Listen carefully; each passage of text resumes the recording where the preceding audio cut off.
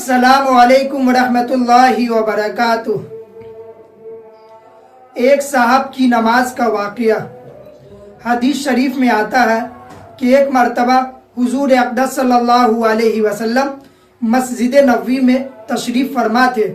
एक साहब आए और मस्जिद नबवी में नमाज पढ़नी शुरू कर दी, लेकिन नमाज इस तरह पढ़ी कि रुकू में गए तो ज़रा सा इशारा किया और खड़े हो गए, और कौमा में ज़रा सा इशारा करके सजदा में चले गए, और सजदे में गए तो ज़रा सी देर में सजदा करके खड़े हो गए। इस तरह उन्होंने जल्द अज जल्द अरकान अदा करके नमाज मुकम्मल कर ली, और फिर आप सल्लल्लाहु अलैहि वसल्लम की खिदमत में आकर सलाम अर्ज़ किया।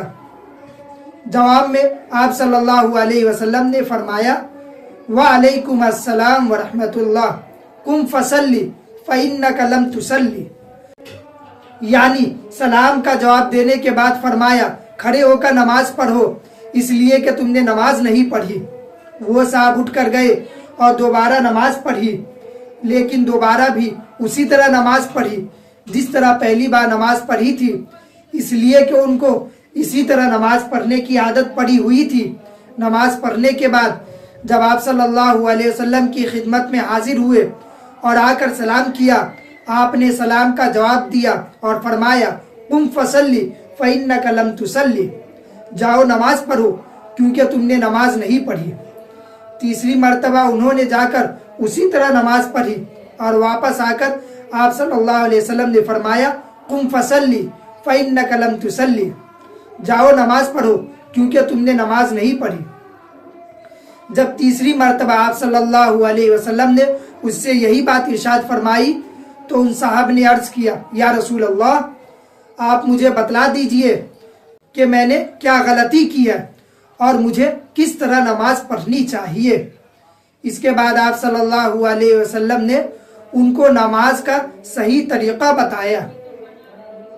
सवाल ये पैदा होता है कि आप सल्लल्लाहु अलैहि वसल्लम ने उनसे ये तो फरमा दिया, जाओ नमाज पढ़ो, तुमने नमाज नहीं पढ़ी। पहली मर्तबा में उनको नमाज का सही तरीक़ा क्यों नहीं बताया? इसकी वजह यह है कि दर हकीकत उन साहब को खुद पूछना चाहिए था, या रसूल अल्लाह, मैं नमाज पढ़ कर आया हूँ, फिर भी आप फरमा रहे हैं जाओ नमाज पढ़ो, तुमने नमाज नहीं पढ़ी। आखिर मुझसे क्या गलती हो गई? जब उन्होंने नहीं पूछा तो आप सल्लल्लाहु अलैहि वसल्लम ने भी नहीं बताया। इसके जरिए हुजूर अक़दस सल्लल्लाहु अलैहि वसल्लम ने ये उसूल बता दिया कि जब तक इंसान के दिल में खुद तलब पैदा ना हो, उसको तालीम देना बाज़ औक़ात बेकार हो जाता है। इसलिए हुजूर अक़दस सल्लल्लाहु अलैहि वसल्लम इस इंतज़ार में थे कि उनके अंदर खुद तलब पैदा हो। जब तीसरी मर्तबा हुजूर अक़दस सल्लल्लाहु अलैहि वसल्लम ने उनको वापस लौटा दिया, उस वक्त उन्होंने कहा, या रसूल अल्लाह, अरिनी वअल्लिमनी, ऐ अल्लाह के रसूल, आप मुझे सिखाइए कि किस तरह नमाज पढ़नी चाहिए। उस वक्त आप सल्लल्लाहु अलैहि वसल्लम ने उनको नमाज पढ़ना सिखा दिया। बहरहाल एक तरफ आप सल्लल्लाहु अलैहि वसल्लम को उनकी तलब का इंतज़ार था कि जब उनके अंदर तलब पैदा हो तो उनको बताया जाए। दूसरी तरफ ये बात थी कि आपने सोचा कि 2-3 मर्तबा नमाज दोहराएंगे, उसके बाद नमाज का सही तरीक़ा सीखेंगे तो वो तरीक़ा दिल में ज़्यादा पैवस्त और बैठ जाएगा और इस बताने की अहमियत ज़्यादा होगी। इसलिए आप सल्लल्लाहु अलैहि वसल्लम ने 3 मर्तबा उनको नमाज पढ़ने का हुक्म दिया। इसके बाद आप सल्लल्लाहु अलैहि वसल्लम ने बताया, जब तुम नमाज पढ़ो तो हर रुकन को उसके सही तरीक़े पर अदा करो। जब क़िरात करो तो इत्मीनान से तिलावत करो, जब खड़े हो तो इत्मीनान के साथ खड़े रहो, और जब रुकू में जाओ तो इत्मीनान के साथ रुकू में जाओ, यहाँ तक कि तुम्हारी कमर सीधी हो जाए। जब रुकू से खड़े हुओ तो इत्मीनान के साथ इस तरह सीधे खड़े हो जाओ कि कमर में खम बाकी न रहे, यानी कमर झुकी हुई न रहे। इसके बाद जब सजदे में जाओ तो इत्मीनान के साथ सजदा करो, और जब सजदे से उठो तो इत्मीनान के साथ उठो। इस तरह नमाज की पूरी तफसील हुजूर अक़दस सल्लल्लाहु अलैहि वसल्लम ने ان کو بتائی اور تمام صحابہ کرام نے یہ تفصیل سنی۔ جن صحابہ کرام نے نماز کے بارے میں یہ تفصیل سنی تو انہوں نے فرمایا کہ ان صحاب کی وجہ سے ہمیں آپ صلی اللہ علیہ وسلم کے زبان مبارک سے نماز کا شروع سے لے کر آخر تک پورا طریقہ سننا نصیب ہو گیا۔ اس حدیث میں آپ صلی اللہ علیہ وسلم نے ان صحاب سے فرمایا کہ جاؤ نماز پڑھو کیونکہ تم نے نماز نہیں پڑھی۔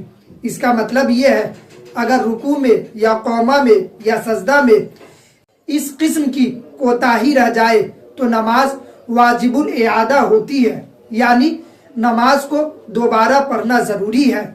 لہذا اگر رکوع کے اندر کمر سیدھی نہیں ہوئی یا قوما کے اندر کمر سیدھی نہیں ہوئی اور بس اشارہ کر کے آدمی اگلے رکن میں چلا گیا، جیسا کہ بہت لوگ کرتے ہیں، اور مسجد میں جاتا ہوں تو دیکھتا ہوں، انہیں دیکھ کر بہت زیادہ افسوس ہوتا ہے کہ 1 منٹ سے پہلے ان کی 2 رکعت نماز ہو جاتی ہے۔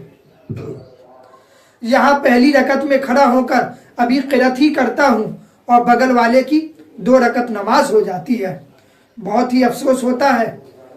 تو اس حدیث کی روح سے نماز واجب الاعادہ ہے، یعنی نماز کو دوبارہ پڑھنا پڑے گا، اس لیے اس کا بہت اہتمام کرنا چاہیے، اور بہتر یہ ہے کہ قوما میں بھی اتنا ہی وقت لگایا جائے جتنا وقت رکوع میں لگایا جاتا ہے۔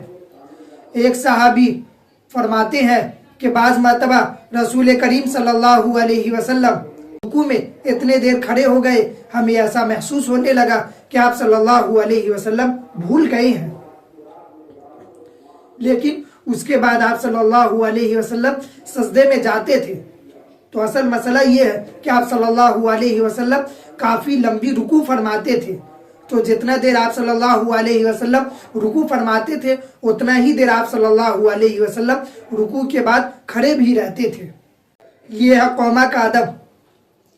اسی طرح جب سجدے میں جائے تو بالکل سکون اور اطمینان کے ساتھ جائے۔ یہ سجدہ ایسی چیز ہے کہ اس سے زیادہ لذیذ عبادت کوئی اور نہیں، اور سجدے سے زیادہ اللہ کے قرب کا کوئی اور ذریعہ نہیں۔ حدیث شریف میں آتا ہے کہ جب بندہ اللہ تعالیٰ سے کسی حال میں اتنا قریب نہیں ہوتا جتنا سجدے کی حالت میں قریب ہوتا ہے، کیونکہ جب انسان سجدہ کر رہا ہوتا ہے تو اس وقت اس کا پورا جسم، پورا وجود اللہ کے آگے جھکا ہوا ہوتا ہے، لہذا تمام اعضاء کو جھکا ہوا ہونا چاہیے، اور اسی طریقے پر جھکا ہوا ہونا چاہیے جو طریقہ رسول اللہ صلی اللہ علیہ وسلم نے بتایا ہے اور جس پر آپ نے عمل فرمایا ہے۔ یہ ایک سجدہ جسے تو گرا سمجھتا ہے، یہ ایک سجدہ جسے تو گرا سمجھتا ہے 1000 سجدوں سے دیتا ہے آدمی کو نجات۔ اللہ تعالی ہم سب کو سنت کے مطابق نماز پڑھنے کی توفیق عطا فرمائے، آمین۔ وآخر دعوانا ان الحمد للہ رب العالمین۔